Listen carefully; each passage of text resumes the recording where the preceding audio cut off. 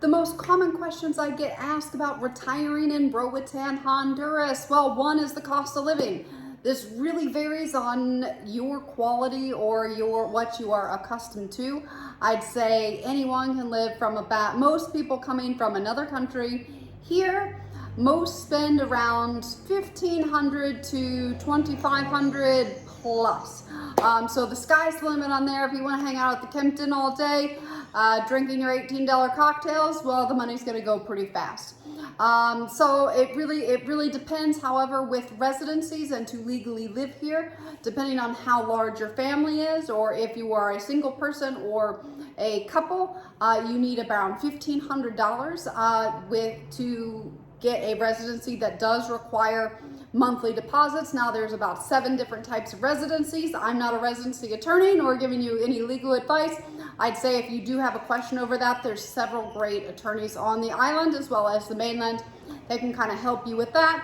But most people spend about $1,500. I know myself, having 2 children, 2 young school-age children, we spend around $2,500 plus a month, and a lot of that goes to, most of that's to children. And that's actually what I need for my residency. It's an older residency. It's $2,500 a month that I need to either make on the island or send in from the United States, but I need to have that monthly deposit. The Honduran government does allow Social Security checks. Those do count to be sent down to bank accounts in Roatan, into Honduras. And what's really great about the banks here that I think we're very fortunate, especially if you're coming from an area that pays you in USD, even if you're coming from a country that uses euro, the euro works sometimes, just not as well. Canadian dollar, it has to be converted.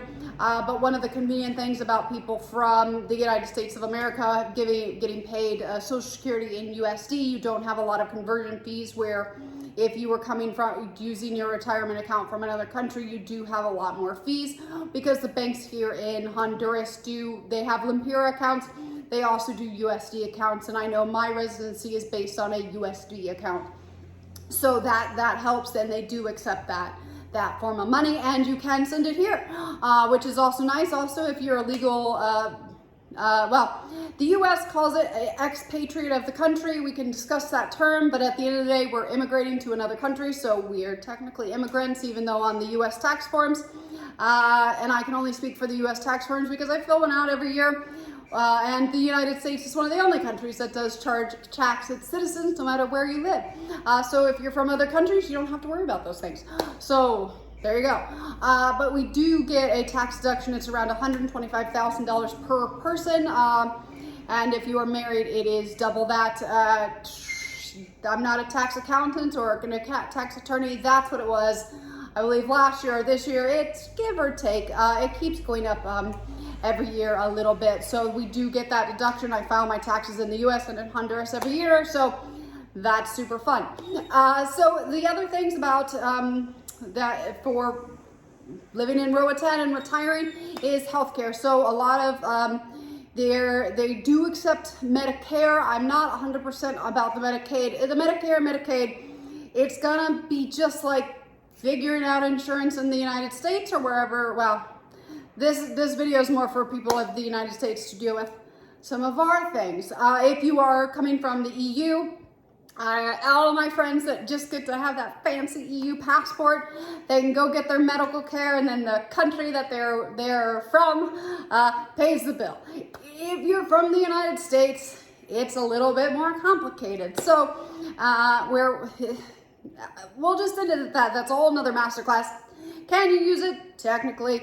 Are you going to get approved the first time? Probably not. Just like when you go to make claims in the United States, the same shenanigans that occurs there, it's going to be occurring here because, well, that's where the money is. That didn't used to be the case, but now, depending on where you're going, that's why I choose to pay in cash, and I go to places where I can just pay with cash. I do not use insurance in Honduras. Now, I would use medevac insurance, and then I also have it's called Expat insurance in the United States, and it's for legal residents of a foreign country. I'm an immigrant to Honduras, So I do have access to emergency care in the United States, which does include that medevac. And then it also includes the emergency services for no more than 30 days in the United States. And that is around $1,500 a year in which that I pay for. So that's it. And I've never tried to use the insurance here just because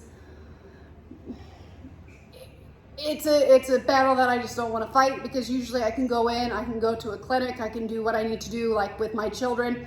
It's usually because we are legal residents here, the doctor visits are between $15 and $50 depending on what we needed. My son had an allergic reaction, so I had to have an IV, had to be seen at an urgent care. That one was $376. Paid it in cash. If it had been billed to insurance, the bill would have been much different, and the deductible. So that's a whole other thing. So it really depends on picking your battles, what you want to do. I like the cash clinics. I don't have a thyroid. I did have cancer and did do the cancer treatment in the United States, all the diagnostics here, and I paid for them. And I know that I've talked a lot about that, but I did CT scan, all the biopsies and everything. Over in San Pedro, cost me a total of $800. I did these same exact things over in the United States, and for just a salivary gland at MD Anderson in Texas, it was $27,000. That was billed to insurance. I do not recall what the biopsy was for my thyroid, but anyway, so so it's just a battle and time value. So anyway, I digress. So do they take those things? Yes, but it depends on the day, it depends on who you know, and a smile goes a long way. So housing costs, it really depends what you want. Most rent's going to be around $1,000, $1,000 plus, or a lot of people do buy a home, the home here. Taxes are very low if you own a home. They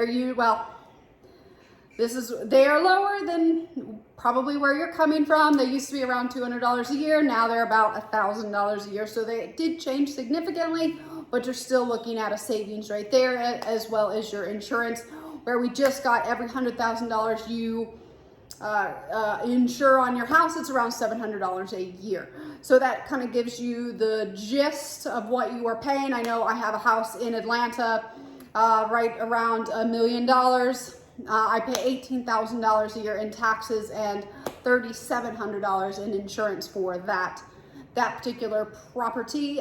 Here, I pay much less. So that's just to give you some variation on the tax savings and then the insurance savings. And same with your car. It's just a couple $100s a year for car insurance compared to, $100 or $200 a month. And I came from Colorado, where insurance is just super high.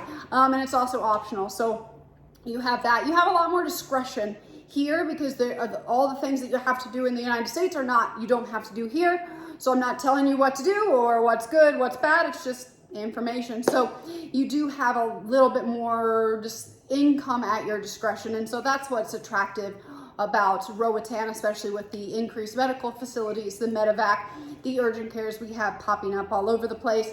We have really great doctors here.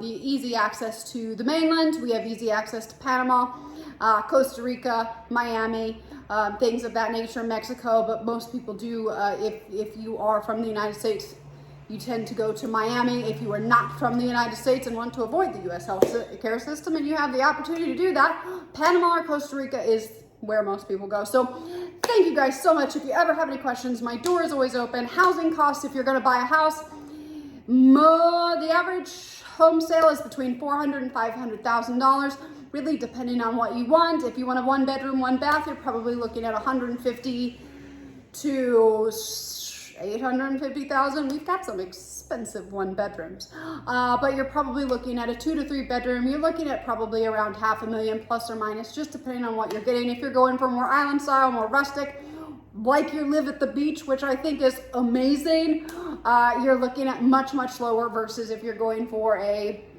modern house with every single thing imported, or an island. So importing is expensive, and you have to pay duty on everything, and you have to pay taxes, and so things add up really quickly. So if you do have one of those modern houses with Italian marble, you're looking at hundreds of thousands of dollars in upgrades to that house. So the average home is between $400,000 and $500,000.